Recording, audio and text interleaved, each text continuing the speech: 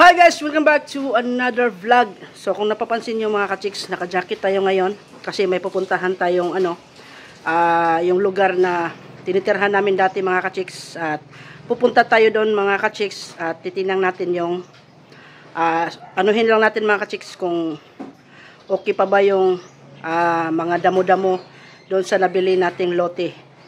Yan, tara mga ka-chicks at samahan nyo ako at punta tayo doon mga ka-chicks at ilibot ko kayo doon sa nabili kong lote. Tara. So andito na tayo mga chicks sa mismong yan. So napapansin niyo mga chicks, na talaga siya. Kalsada na talaga siya mga chicks, no? At yan, malapit na talaga siya sa school. So dito yung lote na nabili natin mga chicks. Oh, tara samahan niyo ako mga chicks. On this road mga chicks, liko lang tayo dito.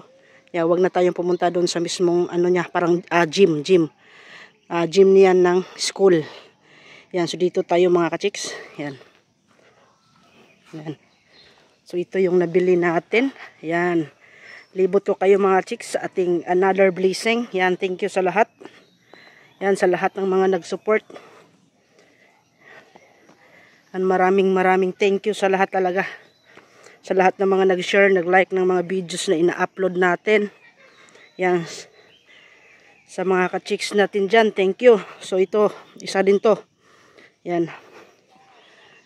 So ito yung natin mga ka-chicks. Yan. At mabuti at may din. So ito yung natin mga ka-chicks. Ito yung nabili nating lote. Yan. Hindi ko alam kung anong tinanim nito. Yan. Kung sino ang nagtanim din nito. Yan. Hindi ko alam. Yan. Simula tayo dito mga ka-chicks. Yan. So hindi ako sure kung asan yung dito, yung palatandaan or yung muhon. Yan. Basta sa pagkakaalam ko may muhon to mga ka-chicks. Yan. Parang dito yata. So simula dito mga ka-chicks hanggang doon sa may maliit na punong niyog. Yan. Yung hanggang doon na rin yun mga ka-chicks, oh. Yan. Yan. So hindi ako sure kung yan, oh. May mga tuta. Yan, tingnan niyo mga tuta. Ang tatapang ng mga tutang to. Ang liliit pa naman. Yan. Hindi ko sure mga ka-chicks kung sino ang nagtanim nito. Yan, pero walang problema yan. I-allowed natin kung sinong may gustong gumamit ng lupa, sige ipagamit natin. Walang problema mga ka-chicks. Wag lang bahay. So hanggang doon. Yan. Atin na yan mga ka-chicks. Yan, hanggang doon. So may pala dito mga ka-chicks, oh. Tara. So, yan. Dito, so medyo siya. Medyo pababa siya. Yan, ginawan siya ng daan para doon sa mga ibang bahay din. Yan.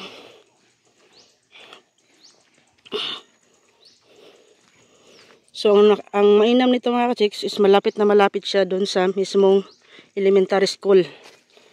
Yan. Yan.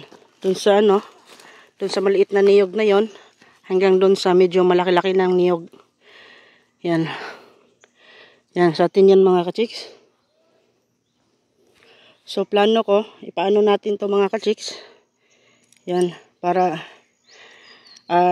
abangan nyo mga ka-chicks kung anong pwedeng gawin natin dito. Yan. For now, ito lang muna. Natin kung anong mga nagbago dito. Kasi dito na nibago ako. Kasi may tinanim siya. Yan.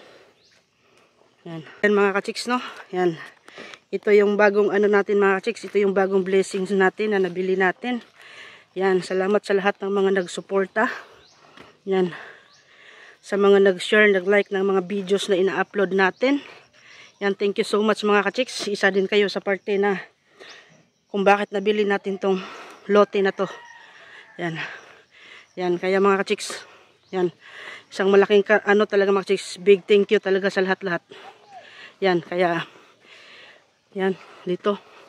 So, pataas na tayo mga ka-chicks. So, malapit lang talaga siya sa daan at saka sa school ng elementarya dito.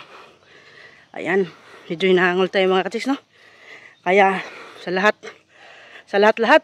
Thank you so much. And ingat po tayong lahat mga ka-chicks. God bless everyone and bye-bye.